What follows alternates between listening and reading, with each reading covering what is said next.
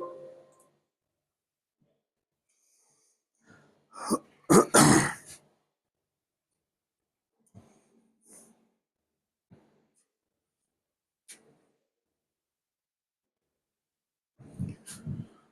दोस्तों, एक बार फिर आपका मास एकेडमी यूट्यूब चैनल और मास एकेडमी एप्लीकेशन पर आपका स्वागत है। आज हम सभी लोग एक नए चैप्टर के बारे में स्टडी करने चल रहे हैं। क्लास 12th पार्ट फर्स्ट का सेकंड चैप्टर, जिसको हम कहते हैं कि विद्युत रसायन। ये लेक्चर जो यूपी बोर्ड के स्कॉलर्स के लिए हिंदी माध्यम में हम लोग अध्ययन करेंगे और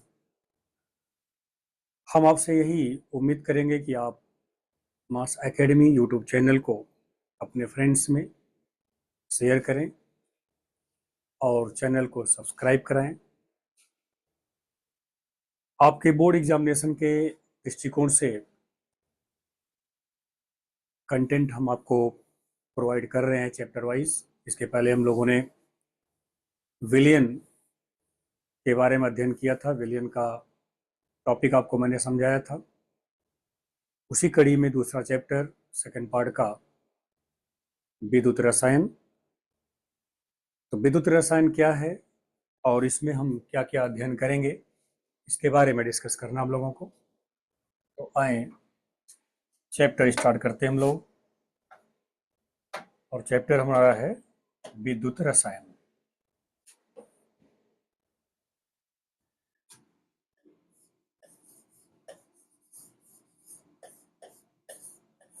विद्युत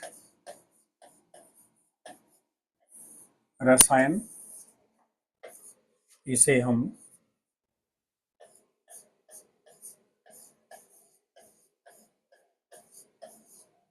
इलेक्ट्रो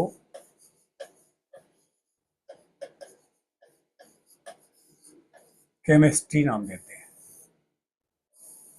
इलेक्ट्रोकेमिस्ट्री, विद्युत रसायन, इलेक्ट्रोकेमिस्ट्री। ठीक है। तो सबसे पहला पॉइंट, विद्युत रसायन में जो हम लोग अध्ययन करेंगे, सबसे पहले ये जानेंगे कि विद्युत रसायन हम कहते किसे हैं। देखो, मेरे पढ़ाने के तरीके से आप सभी लोग आराम से उस टॉपिक के बारे में सोच सकते हो। यहाँ पर आपको हम इस तरीके से समझाने का प्रयास करते हैं जिससे आपको समझने में कोई प्रॉब्लम ना हो, आसानी से आप समझें।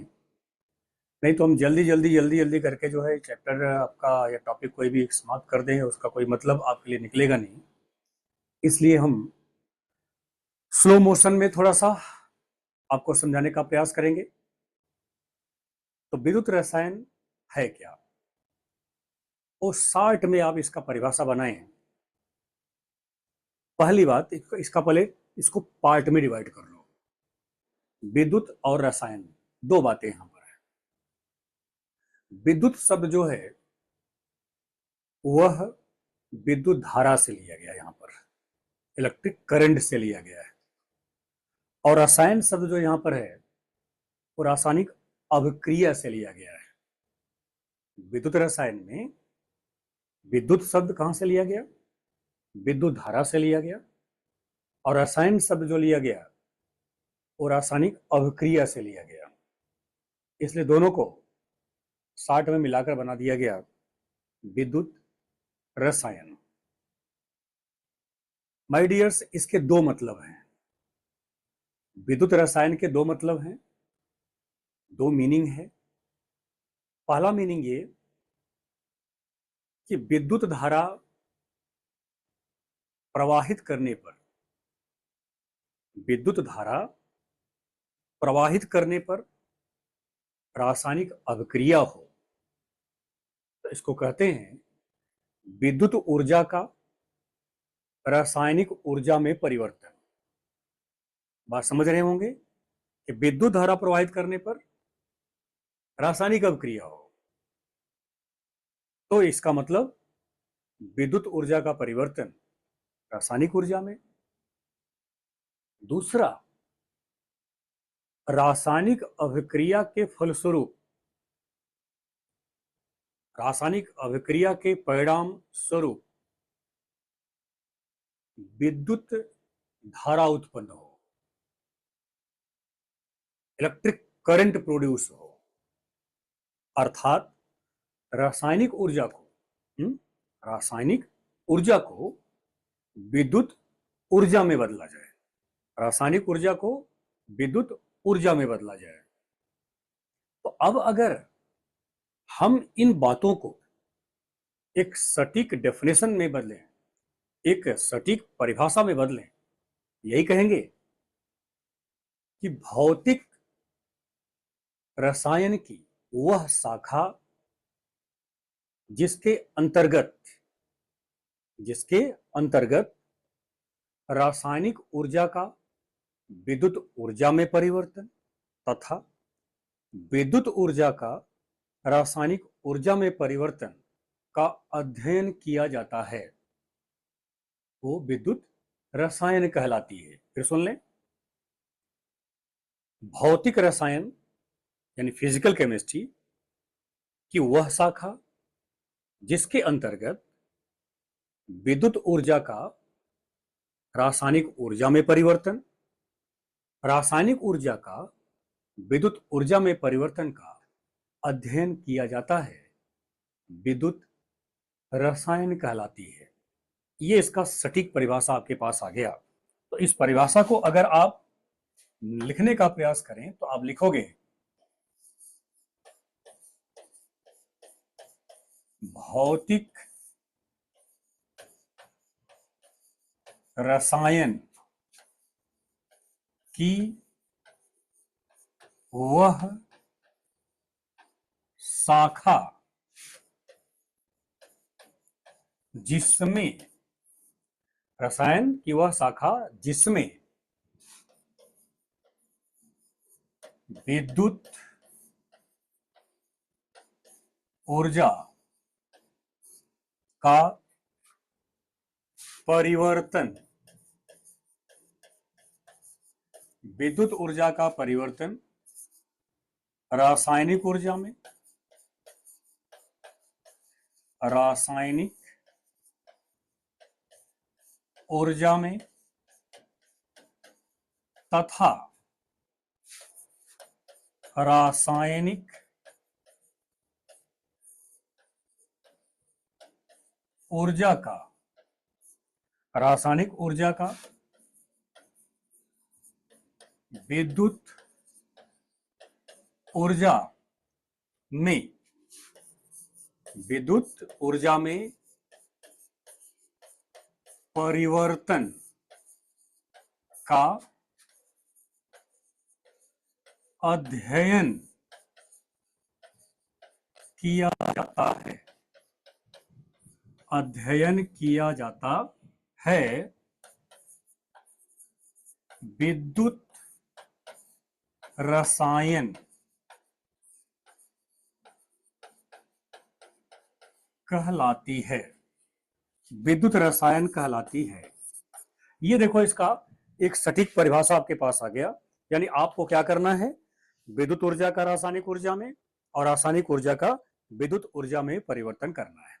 दूसरी बात बच्चों ध्यान रखना, ये जो घटना यहां होती है, रासायनिक ऊर्जा का विद्युत ऊर्जा में, विद्युत ऊर्जा का रासायनिक ऊर्जा में जो परिवर्तन होता है, यह इलेक्ट्रॉन स्थानांतरण के कारण होता है, इलेक्ट्रॉन स्थानांतरण के कारण, इलेक्ट्रॉन का स्थानांतरण। तो ये आप ये कह सकते हो कि विद्युत रसायन के अंतर्गत विभिन्न प्रक्रमों में इलेक्ट्रॉन के स्थानांतरण का अध्ययन किया जाता है।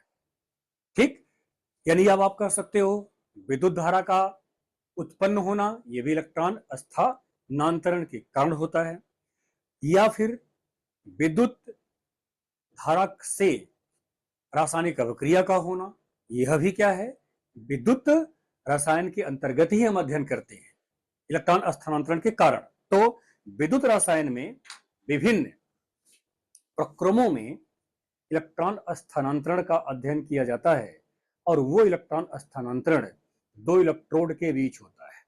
दो इलेक्ट्रोड के बीच, इलेक्ट्रोड शब्द का मतलब ये हो गया कि एक ऐसा उपकरण जिस पर विभिन्न रासायनिक अभिक्रियाएं होती हैं और यहां दो ही रासायनिक अभिक्रियाएं संभव हैं, एक ऑक्सीकरण, एक अपचयन। यानी एक रासायनिक अभिक्रिया ऑक्सीकरण जिसमें इलेक्ट्रॉन का त्याग होता है और एक अपचयन जिसमें इलेक्ट्रॉन ग्रहण किया जाता है।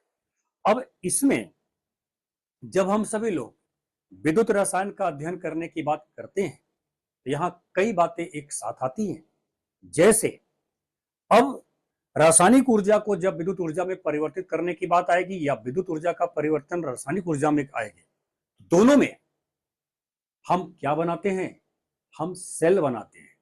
यानी एक ऐसा उपकरण तैयार करते हैं जो या तो, ध्यान रखना यहां पर, जो या तो विद्युत ऊर्जा को रासायनिक ऊर्जा में परिवर्तित करेगा या फिर रासायनिक ऊर्जा को विद्युत ऊर्जा में परिवर्तित करेगा। ये कहानी आपको ध्यान देनी है। यानी इसका मतलब कि हमें इलेक्ट्रॉन स्थानांतरण के कारण जो भी अध्ययन करना है वो सब इस पर निर्भर है, वह एक डिवाइस पर, एक उपकरण पर निर्भर है और उस उपकरण को हम नाम देते हैं क्या? सेल। और वो सेल कहलाता है इलेक्ट्रोकेमिकल सेल। विद्युत रसायन सेल के नाम से उसको जानते हैं, विद्युत रसायन सेल के नाम से जाना जाता है। तो विद्युत रसायन सेल के बारे में हम लोग अध्ययन करेंगे। फिर से माय डियर्स, फिर से एक बार ध्यान रखिएगा कि रसायन जो विद्युत रसायन आप लोग जो लिए हो, इसमें थीम जो है, केवल वो थीम को याद रखना, फिजिकल मीनिंग जो मैंने आपको बताया वही, इसका जो उत्पत्ति है, ये शब्द आप याद रखोगे तो हर जगह यही मिलेगा। या तो इलेक्ट्रॉन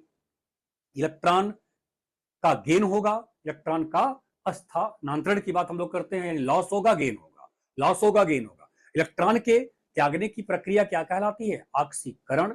और इलेक्ट्रॉन ग्रहण करने की प्रक्रिया क्या कहलाती है? अपचयन, अर्थात ऑक्सीडेशन एंड रिडक्शन कहलाती है। और इनके लिए, यानी ऑक्सीकरण और अपचयन क्रियाओं को एक साथ होने के लिए हम सभी लोग यहाँ पर डिवाइस का प्रयोग करते हैं, उपकरण का प्रयोग करते हैं और ऐसे उपकरण को कहते हैं विद्युत रासायनिक सेल। विद्युत रासायनिक सेल यानी कि अब आपका यहाँ पर कहानी क्या होगा कि एक ऐसा उपकरण जो विद्युत ऊर्जा को रासायनिक ऊर्जा में या रासायनिक ऊर्जा को विद्युत ऊर्जा में परिवर्तित कर सकता हो, उसे विद्युत रासायनिक सेल कहते हैं। तो यहां पर हमारा जो पॉइंट आया वह है विद्युत रासायनिक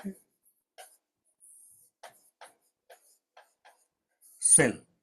विद्युत रासायनिक सेल इलेक्ट्रो केमिकल सेल्स। विद्युत रासायनिक सेल इलेक्ट्रोकेमिकल सेल्स।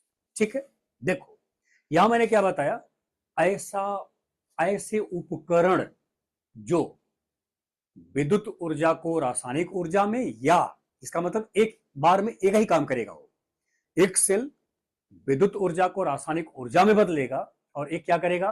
रासायनिक ऊर्जा को विद्युत ऊर्जा में बदलेगा। ठीक है, तो ऐसा उपकरण या वह उपकरण, ऐसा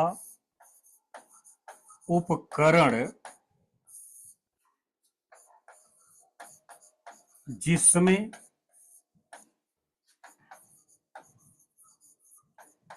विद्युत ऊर्जा को रासायनिक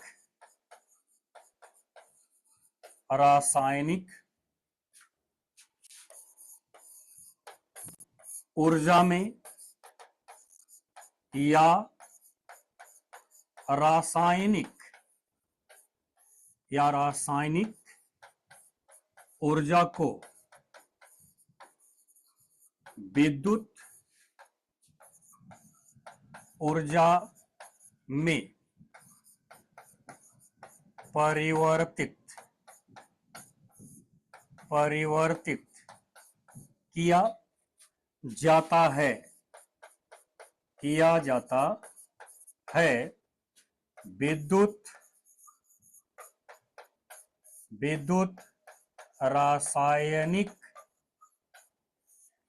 रासायनिक सेल कहलाता है। ये हो गया विद्युत रासायनिक सेल का एक लाइन का परिभाषा आपके लिए। इस तरीके से इसको याद कर सकते हो कि यानी एक बार में एक ही होगा, एक डिवाइस, एक सेल एक ही काम करेगा, या तो वो विद्युत ऊर्जा का रासायनिक ऊर्जा में परिवर्तन करेगा या फिर रासायनिक ऊर्जा को विद्युत ऊर्जा में परिवर्तित करेगा। अब इस कहानी में इसका मतलब साफ साफ हो गया कि विद्युत रासायनिक सेल हमारे पास कितने प्रकार के हो गए? 2 प्रकार के। एक रासायनिक ऊर्जा को विद्युत ऊर्जा में और एक विद्युत ऊर्जा को रासायनिक ऊर्जा में परिवर्तित करने वाला होगा। यह कहानी यहां पर आपको ध्यान देनी है। अब देखिए, वह विद्युत रासायनिक सेल जो विद्युत ऊर्जा को रासायनिक ऊर्जा में परिवर्तित करता है, विद्युत अपघटनी सेल कहलाता है। विद्युत अपघटनी सेल कहलाता है। और इस अपघटनी सेल में होने वाले रासायनिक अभिक्रिया, इस सेल में होने वाली रासायनिक अभिक्रिया ये नॉन स्पॉन्टेनियस होती है, यानी ये स्वतः नहीं होती है। इसमें मुक्त ऊर्जा में परिवर्तन धनात्मक होता है। इसका तात्पर्य यह हुआ कि इस सेल में आप ऊर्जा देंगे तभी रासायनिक अभिक्रिया होगी, स्वेच्छा से अभिक्रिया नहीं होती है। इसलिए हम लोग यहां पर नाम क्या देते हैं कि मुक्त ऊर्जा में परिवर्तन धनात्मक होता है। इसमें पहले आप विद्युत ऊर्जा देंगे तब रासायनिक अभिक्रिया होगी, अर्थात विद्युत अपघटनी सेल में होने वाली अभिक्रिया स्वेच्छात्मक नहीं होती है, नॉन स्पॉन्टेनियस होती है, अर्थात स्पॉन्टेनियस नहीं होती है। इसमें ऊर्जा पहले देना पड़ता है। हमारे पास विद्युत रासायनिक सेल कितने प्रकार के हो गए? विद्युत रासायनिक सेल ये 2 प्रकार के हो गए। एक को कहते हैं विद्युत अपघटनी सेल। विद्युत अपघटनी सेल। और एक को कहते हैं गैल्वानिक सेल इसका उल्टा, यानी विद्युत अपघटनी सेल में विद्युत ऊर्जा का परिवर्तन रासायनिक ऊर्जा में, गैल्वानिक सेल में रासायनिक ऊर्जा का परिवर्तन विद्युत ऊर्जा में। हम वो एक एक करके दोनों को समझा रहा हूं अभी। अब उसके बाद ये है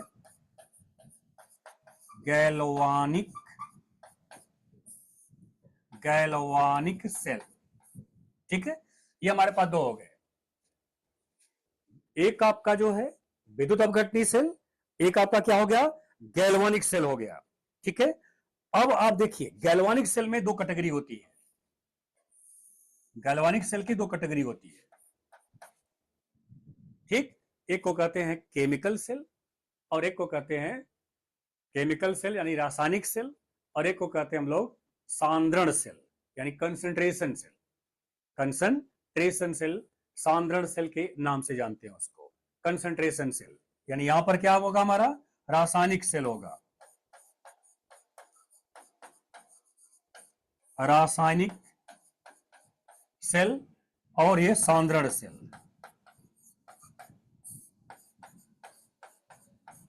सेल। ये अंग्रेजी इसका है इलेक्ट्रोलिटिक सेल, और यहां तो आपका लिखा ये वही चीज रहेगा, गैल्वानिक सेल। Galvanic cell. और ये हो गया हमारा दो, एक हो गया ये केमिकल सेल,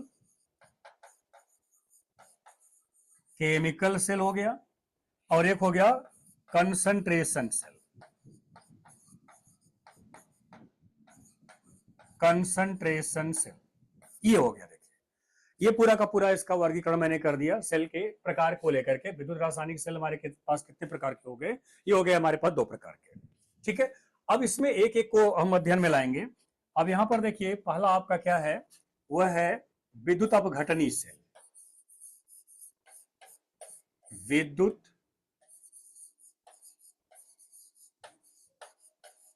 अपघटनी सेल, विद्युत अपघटनी सेल यानी आपका ये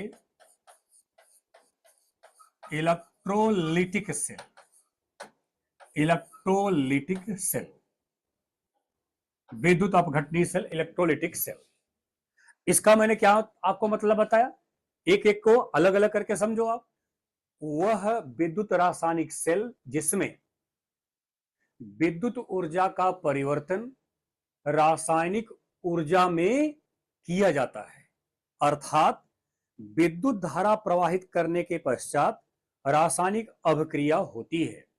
इसलिए इसमें होने वाली प्रक्रिया, इसमें होने वाली रासायनिक परिवर्तन ऐसा होता है, नॉन स्पॉन्टेनियस होता है।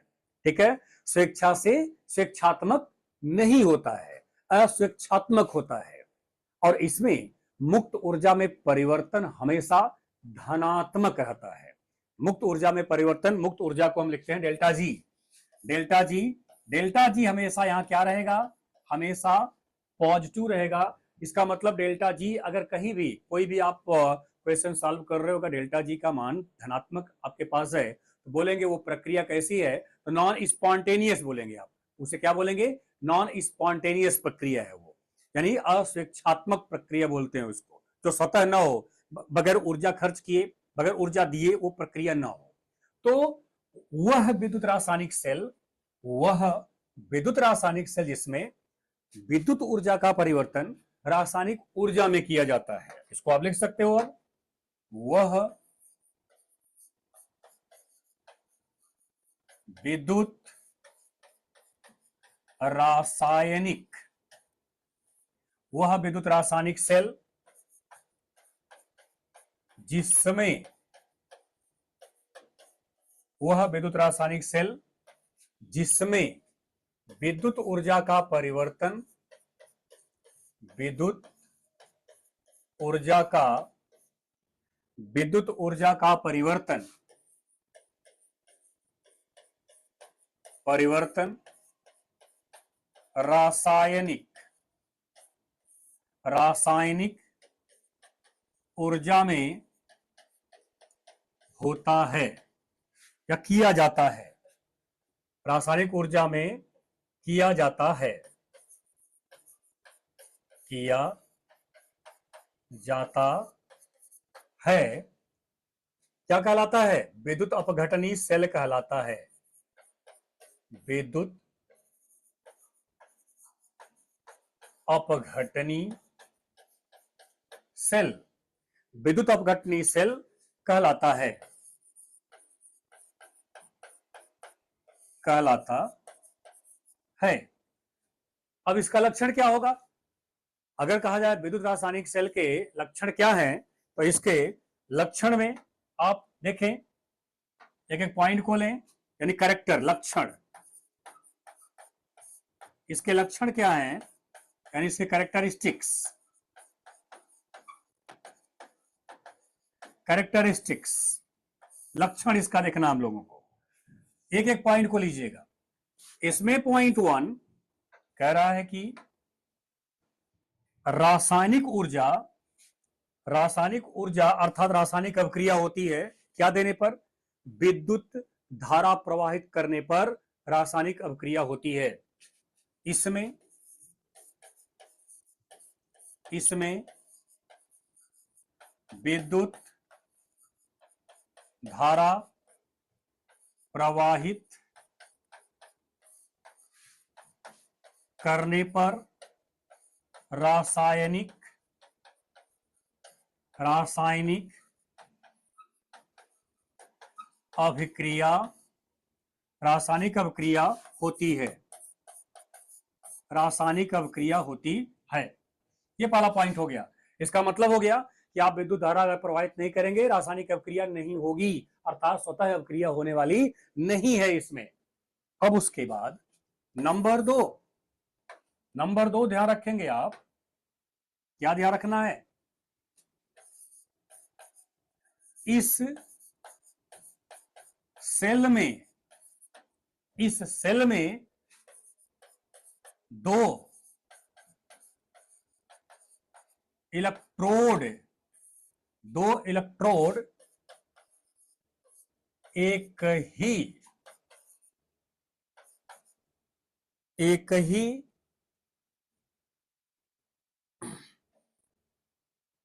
विद्युत अपघट्य, एक ही विद्युत अपघट्य विलयन, एक ही विद्युत अपघट्य विलयन में डूबे होते हैं, एक ही विलयन में डूबे होते हैं। दो इलेक्ट्रोड एक ही विद्युत अपघट्य विलयन में डूबे होते हैं, यानी विलयन एक ही होगा। विद्युत अपघट्य पदार्थ कई हो सकते हैं, ऐसा हो सकता है, लेकिन वहां पर जो विलयन होगा वो एक ही विलयन होगा, उसी विलयन में दो इलेक्ट्रोड डूबे हुए होंगे। इसका, इस पॉइंट के लिए अब आप डायग्राम यहां पर यूज करिएगा। इस डायग्राम का हमें यहां पर प्रयोग करना है। ये एक आपने एक बर्तन ले लिया, ठीक है। इस बर्तन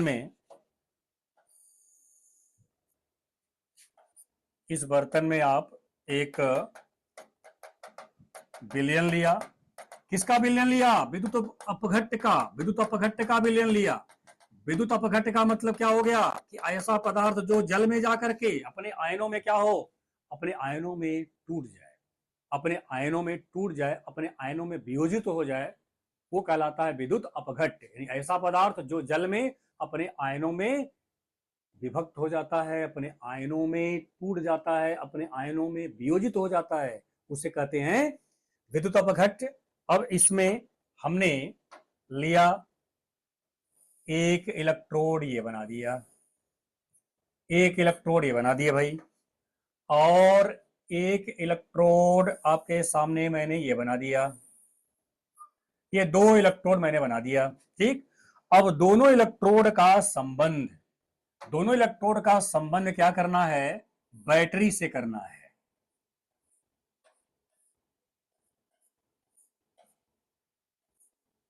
इससे करना है, बैटरी से करना है। ये बैटरी है। बैटरी क्या करेगी? बैटरी करंट देगी, विद्युत धारा प्रवाहित कराएगी। अब विद्युत धारा इन दोनों इलेक्ट्रोड से होगा इस विलयन में। अब ये हमारा हो गया बैटरी। अब ध्यान रखिएगा, बैटरी का ये निगेटिव भाग है और ये पॉजिटिव भाग है, नेगेटिव और पॉजिटिव भाग। नेगेटिव, बैटरी के नेगेटिव पोल, यानी नेगेटिव पोल और पॉजिटिव पोल हमने अपने कॉपी पर, यानी आप जो अपने कॉपी पर रिप्रेजेंट करोगे, लेफ्ट वाले भाग बैटरी को पॉजिटिव पोल और राइट वाले भाग को बैटरी का नेगेटिव पोल कहते हैं। बैटरी के नेगेटिव पोल से जुड़ा हुआ इलेक्ट्रोड, ये हमेशा क्या कहलाएगा? कैथोड कहलाएगा। क्या कहलाएगा? कैथोड। और इसके पॉजिटिव पोल से जुड़े हुए इलेक्ट्रोड को हम क्या नाम देंगे? एनोड नाम देंगे। और यह विद्युत अपघट्य का विलयन है, विद्युत अपघट्य का विलयन, विद्युत अपघट्य का विलयन। ये है विद्युत अपघटनी सेल का पहचान, कि एक ही विलयन में दो इलेक्ट्रोड जुड़े हुए होंगे, डूबे हुए होंगे, और दोनों इलेक्ट्रोड एक दूसरे से बैटरी के द्वारा जैसे कनेक्ट किए जाएंगे, अब धारा इस विलयन में प्रवाहित होगा। और जब इस विलयन में धारा प्रवाहित होगा तो यहां पर एनोड और कैथोड पर होने वाली रासायनिक अभिक्रियाएं आपको दिखाई देंगी। अर्थात अब यहाँ एनोड और कैथोड पर रासायनिक अभिक्रिया प्रारंभ होगी जैसे ही इलेक्ट्रोड को बैटरी के द्वारा आप जोड़ेंगे, धारा प्रवाहित होगा और जैसे धारा प्रवाहित होगा वो एनोड और कैथोड पर रासायनिक अभिक्रियाएं होंगी। अभी कौन सी अभिक्रियाएं होती हैं हम आपको आगे वाले पॉइंट में, अगले वाले कैरेक्टर में बताते हैं। फिलहाल ये ध्यान रख लो कि अगर आपसे पूछा जाए कि विद्युत अपघटनी सेल का एनोड कौन सा पोल होता है, एनोड कौन सा पोल होता है, बोलेंगे धनात्मक पोल होता है, धनात्मक ध्रुव होता है। और कैथोड कौन होता है तो बोलेंगे आप ऋणात्मक ध्रुव होता है, अर्थात नेगेटिव पोल और ये पॉजिटिव पोल। ये हो गया नेगेटिव पोल, ये हो गया पॉजिटिव पोल। फिर सुन लें, बैटरी के पॉजिटिव पोल से जुड़े हुए को एनोड और बैटरी के नेगेटिव पोल से जुड़े हुए को हम कैथोड नाम देते हैं। आगे ध्यान देना, कैथोड पर यानी कैथोड पर हमेशा अपचयन अभिक्रिया होती है, अर्थात इलेक्ट्रॉन ग्रहण किया जाता है, और एनोड पर हमेशा ऑक्सीकरण अभिक्रिया होती है, अर्थात वहां इलेक्ट्रॉन का त्याग होता है। एनोड पर होने वाली क्रिया को हम क्या नाम देंगे, एनोड पर होने वाली क्रिया को ऑक्सीकरण और कैथोड पर क्या नाम देंगे, अपचयन नाम दिया जाएगा। तो अब यहां पर देखिए नंबर 3 इसका कैरेक्टर लिया जाएगा। तो यहां पर आप कहोगे विद्युत अपघटनी सेल का एनोड पॉजिटिव पोल और कैथोड नेगेटिव पोल होता है। विद्युत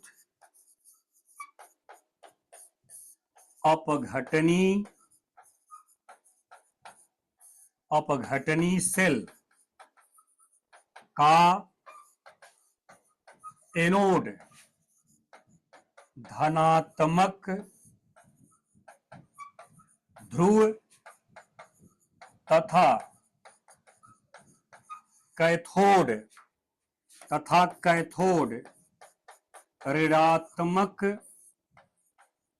ऋणात्मक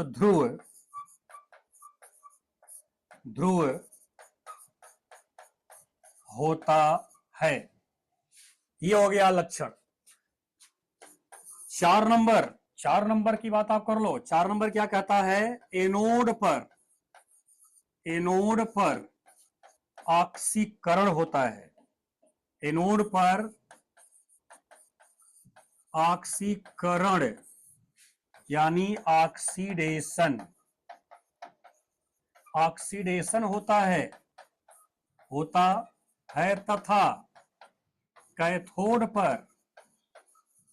तथा कैथोड पर अपचयन यानी रिडक्शन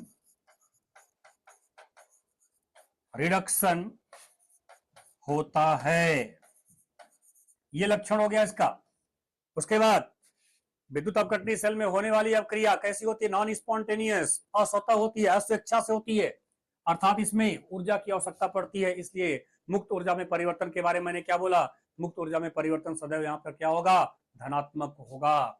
यानी कि अब आप अगले पॉइंट के बारे में विचार कर सकते हो। 4th पॉइंट,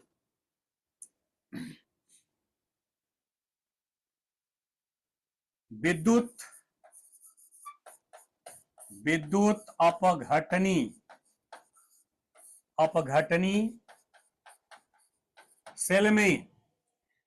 अपघटनी सेल में होने वाली रासायनिक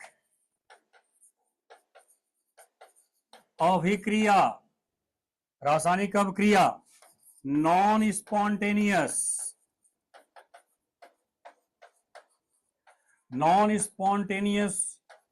होती है।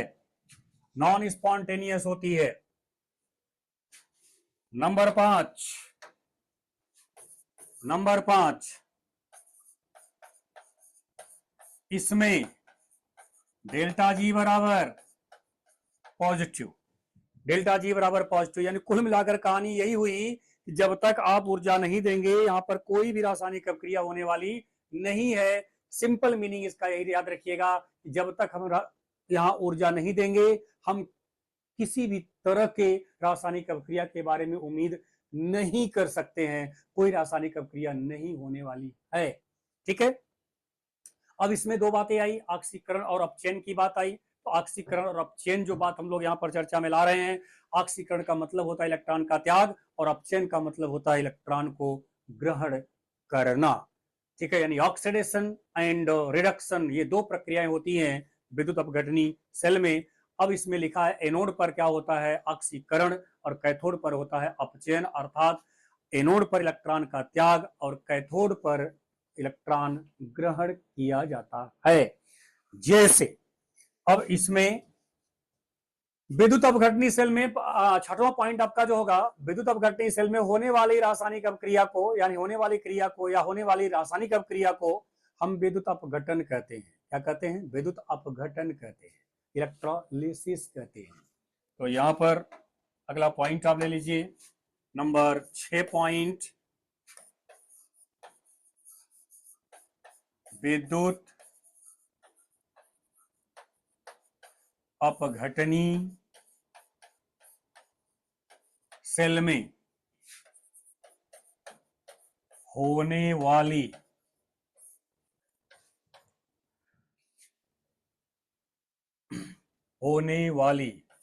रासायनिक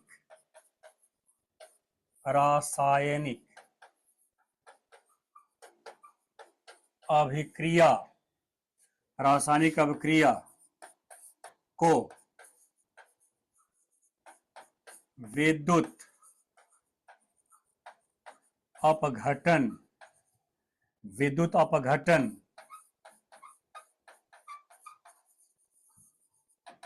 इलेक्ट्रोलिसिस कहते हैं, इलेक्ट्रोलिसिस कहते हैं। ये क्रिया यहां पर होती है विद्युत अपघटनी सेल में। ये घटना आपको देखने के लिए मिलती है, इतनी प्रक्रियाएं आपको यहां पर मिलेंगी। अब जैसे डायग्राम आपके पास मौजूद है, अब उसमें होने वाली एक हम एग्जांपल ले रहे हैं, एक होने वाली अभिक्रिया की बात करेंगे आपसे। उस अभिक्रिया में क्या क्या घटना हो सकती है उसके बारे में बात करेंगे। तो आइए जरा देखिए, ZnCl2 का हमने क्या लिया, जली विलयन लिया, ZnCl2 का जली विलयन लिया, और जैसे ही ZnCl2 को जल में आप ले जाएंगे, Zn डाई पॉजिटिव और 2Cl आपका -A बनता है, ठीक, यानी जिंक आयन बन गया, और क्या बन गया, क्लोराइड आयन बन गया। जिंक आयन और क्लोराइड आयन आपको देखने के लिए मिल रहा है। अब देखिए ये जिंक आयन धनात्मक है, और मैंने आपको बताया कि विद्युत अपघटनी सेल का जो कैथोड है वो ऋणात्मक यानी अर्थात नेगेटिव पोल है। तो इसका मतलब जिंक आयन किधर जाएगा, कैथोड की तरफ जाएगा, Cl- एनोड की तरफ जाएगा। तो Cl- एनोड की तरफ जाएगा तो अपना इलेक्ट्रॉन वो उसी के ऊपर त्याग देगा। एनोड पर क्या करेगा, इलेक्ट्रॉन त्यागेगा। इलेक्ट्रॉन त्यागने की क्रिया को क्या कहते हैं हम लोग, ऑक्सीकरण कहते हैं। जिंक डबल प्लस आपका वो कैथोड पर जाएगा, वो क्या करेगा, इलेक्ट्रॉन को ग्रहण करेगा। इलेक्ट्रॉन को ग्रहण करके जिंक धातु बना देगा, जिंक मेटल बना देगा, उसे हम नाम देंगे अपचयन। तो यहां पर अब ये 2Cl माइनस ये बदल जाएगा Cl2 में 2 इलेक्ट्रॉन का त्याग करेगा। ये लिखेंगे आप ऑक्सीडेशन एट एनोड, क्योंकि इलेक्ट्रॉन का त्याग यहां हो रहा है। इलेक्ट्रॉन का त्याग होगा तो आपके पास ये बन जाएगा, ऑक्सीडेशन क्रिया कहलाएगा, और ये Cl2 मुक्त हो जाएगी। यानी जिंक क्लोराइड का, ध्यान से क्वेश्चन समझिएगा, जिंक क्लोराइड के जली विलयन का विद्युत अपघटन करने पर एनोड पर मुक्त होने वाला पदार्थ कौन होगा, तो जवाब क्लोरीन गैस होगी। क्लोरीन मुक्त होगी, एनोड पर क्लोरीन मुक्त होगी। उसके बाद कैथोड पर आ जाओ, Zn डाई पॉजिटिव 2 इलेक्ट्रॉन ग्रहण करेगा, और ये बदल जाएगा Zn में, यह हो गया आपका reduction at cathode, reduction at cathode. ये आपकी कहानी है इस विद्युत अपघटन के लिए लेकर के। अब देखिए, जब विद्युत अपघटन क्रिया आप करा रहे हो, यानी विद्युत अपघटनी सेल में जब विद्युत अपघटन क्रिया कराई जाती है, तो उसमें क्या लेते हो आप, जली विलयन लेते हो। जली विलयन की बात होती है, जली विलयन जब लेते हैं आप, तब ऐसे परिस्थिति में कुछ नई कहानी आपको देखने के लिए मिलेगी, बस थोड़ा सा वेट करिए। अब दूसरा, ये एग्जांपल नंबर 1 हो गया, ठीक है ना, ये एग्जांपल 1 हुआ। अब उसके बाद एग्जाम्पल 2 जो आपके पास है, इस पर आप देखिए NaCl के गलित NaCl के गलित अवस्था का विद्युत अपघटन। NaCl गलित का मतलब हो गया कि NaCl को जल में नहीं घोला जाएगा, बल्कि NaCl को पिघला दिया जाएगा। और जैसे NaCl को पिघलाओगे तो Na प्लस और Cl माइनस में टूट जाएगा। तो अब गलित अवस्था में लेना, NaCl ये टूटेगा किसमें? Na प्लस और Cl माइनस में क्या करेगा? ये टूट जाएगा। अब जब Na प्लस और Cl माइनस में टूटेगा तब कहानी क्या बनेगी? अब कौन कहां जाएगा ये तो क्लियर हो गया आपको। हमने उसके ऊपर वाले एग्जांपल बताया, अगर धन आयन बन रहा है तो वो एनोड पर जाएगा, और ऋण आयन बन रहा है तो कैथोड पर जाएगा, एनोड पर जाएगा। धन आयन कैथोड पर जाएगा और ऋण आयन एनोड पर जाएगा। तो अब ऐसी कहानी यहां पर देखिए, अगर हम बात करते हैं Cl माइनस है, ये जब इलेक्ट्रॉन का त्याग करेगा यहां बनाएगा ये Cl2 और एक इलेक्ट्रॉन का त्याग, ये त्याग हुआ, इलेक्ट्रॉन त्यागा जा रहा है, इलेक्ट्रॉन का लॉस हो रहा है। इसका मतलब हो गया कि यहां ऑक्सीकरण हुआ। तो क्या बोलेंगे आप? ऑक्सीडेशन, ऑक्सीडेशन एट एनोड, ये कहानी बनेगी। और उसके बाद फिर Na प्लस प्लस एक इलेक्ट्रॉन ये लेगा और बना देगा Na, और ये हो गया आपका रिडक्शन, रिडक्शन एट कैथोड। ठीक, ये आपका हो गया विद्युत अपघटन की क्रिया होती है कहां पर? विद्युत अपघटनी सेल में। माय डियर्स, सबसे महत्वपूर्ण बात जो अब आपको ध्यान देना होगा, और यहां से क्वेश्चन नीट जेई में आपसे क्वेश्चन अक्सर करता है कि अगर ZnCl2 को जल में घोला गया, या NaCl को हम जल में घोल दें, तो जल की कहानी क्या होती है? ध्यान से समझिएगा, ये टॉपिक ऊपर आपका ये पार्ट खत्म हो चुका है। अब उसी में हम एक नई चीज को बताने का प्रयास करने चल रहे हैं। अब जैसे जल है, जल की जो अवस्था होती है वो H प्लस और OH माइनस के रूप में हम उसे काल्पनिक तौर पर देखते हैं। ठीक है, H प्लस और OH माइनस से वो बना हुआ है, ऐसा हम लोग ये कल्पना करते हैं। ठीक है, जल के लिए। और वास्तव में वो H प्लस और OH माइनस से बना हुआ है, लेकिन जब जल हम लेते हैं तो वो H प्लस और OH माइनस के रूप में पाया तो नहीं जाता, वो पाया जाता है H3O प्लस हाइड्रोनियम आयन या ऑक्सोनियम आयन। हाइड्रोनियम आयन चूंकि जल है इसलिए हाइड्रोनियम आयन या उसे ऑक्सोनियम आयन कहते हैं, और एक आपका OH माइनस के रूप में वो पाया जाता है। लेकिन हम अपनी सुविधा के लिए, हम समझना थोड़ा आसान करने के लिए, जल को हम H प्लस और OH माइनस के रूप में मानते हैं। ठीक है, तो वहां भी देखो, जरा ध्यान देना, यहां पर वहां भी H प्लस और OH माइनस है, अर्थात धन आयन और ऋण आयन है। और जब हम NaCl को मान लो जल में घोल दिए, NaCl को क्या किए?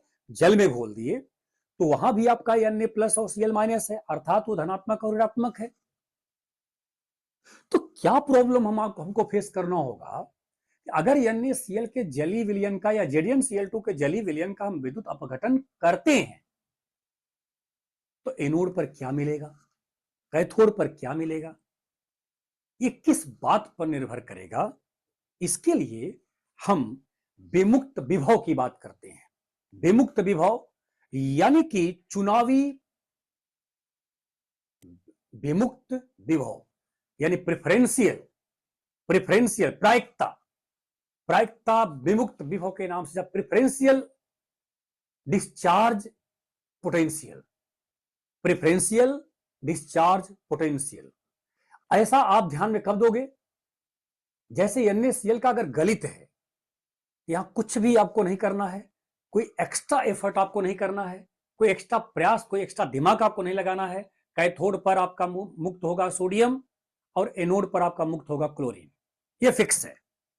लेकिन जब एक ही विलयन बना हो और उसमें एक से अधिक आयन उपस्थित हो, एक ही प्रकार के एक ही प्रकार के एक से अधिक प्रकार का आयन हो, यानी जैसे धन आयन है एक से अधिक हो, ऋण आयन है एक से अधिक हो।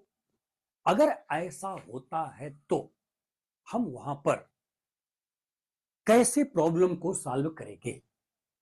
अगर हम विद्युत धारा प्रवाहित करेंगे तो कौन एनोड पर और कौन कैथोड पर मुक्त होगा, इसके लिए हम एक कॉन्सेप्ट लाते हैं जिसका नाम है प्रायिकता विमुक्त विभव, प्रेफरेंशियल इलेक्ट्रोड या डिस्चार्ज, प्रेफरेंशियल डिस्चार्ज पोटेंशियल।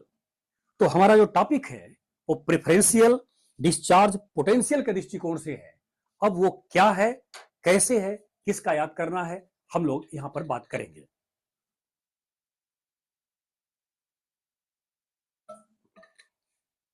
ये जो अभी तक मैंने आपको विद्युत अपघटनी सेल का पूरा डिटेल बता दिया है, एक बार मैं समराइज कर देता हूं।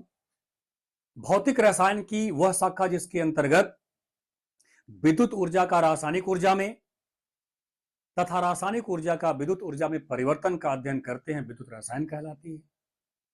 ऐसे उपकरण जिसमें विद्युत ऊर्जा का रासायनिक ऊर्जा में परिवर्तन या रासायनिक ऊर्जा का विद्युत ऊर्जा में परिवर्तन किया जाता है, उसे हम विद्युत रासायनिक सेल कहते हैं।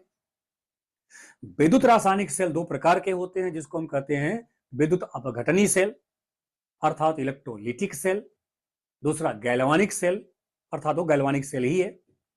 उसे वोल्टा नामक साइंटिस्ट ने बनाया था, हम वहां चर्चा नहीं किए, उसे आगे मिलेगा। उसके बाद गैल्वानिक सेल में दो कहानी बनती है।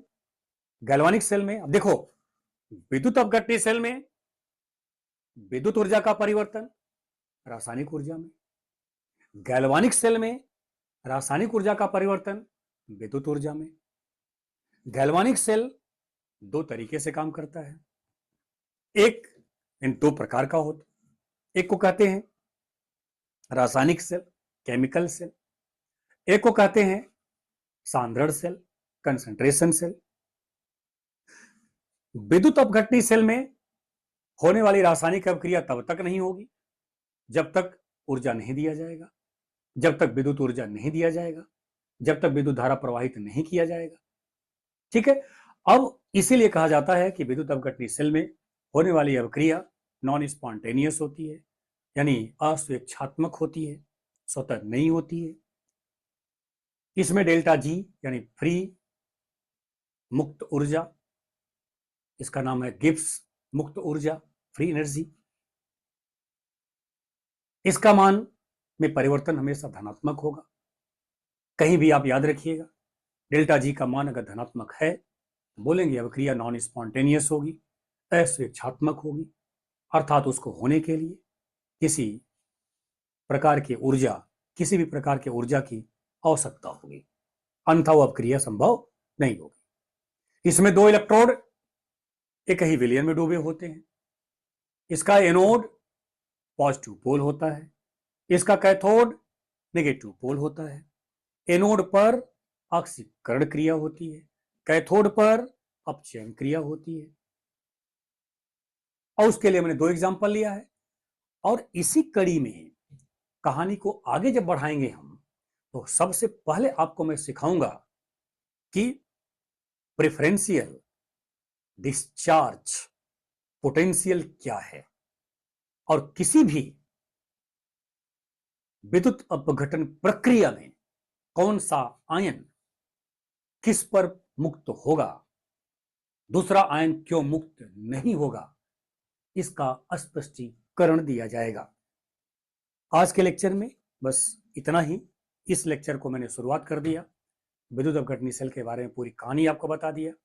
अब इसी विद्युत अपघटनी सेल के अगली कड़ी में हम लोग अगला जो बात करेंगे, पहले उस पोटेंशियल की बात करेंगे जो चुनावी विमुक्तिकरण करता है, प्रेफरेंस चुन करके आयन को कैथोड या एनोड पर मुक्त करता है। बच्चों एक बात ध्यान रखना, मैं जिस तरह से आपको पढ़ा रहा हूं, आप केवल कंसंट्रेट होकर के आराम से एंजॉय करते हुए मेरे लेक्चर को सुनोगे, मजा आएगा। और आपको इतना धीरे धीरे मैं बता रहा हूं जिससे आपकी सोच वहां पर डेवलप हो जाए। एक बार अगर सोच बन गई तो फिर आपको बार बार उस चीज को रिपीट नहीं करना होगा, बस उदाहरण बदलने होंगे। उदाहरण बदल सकते हैं, परिस्थितियां नहीं बदलेगी, कंडीशन वहां नहीं बदलने वाला है।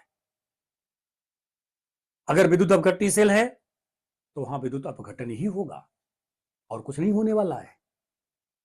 Okay, thank you.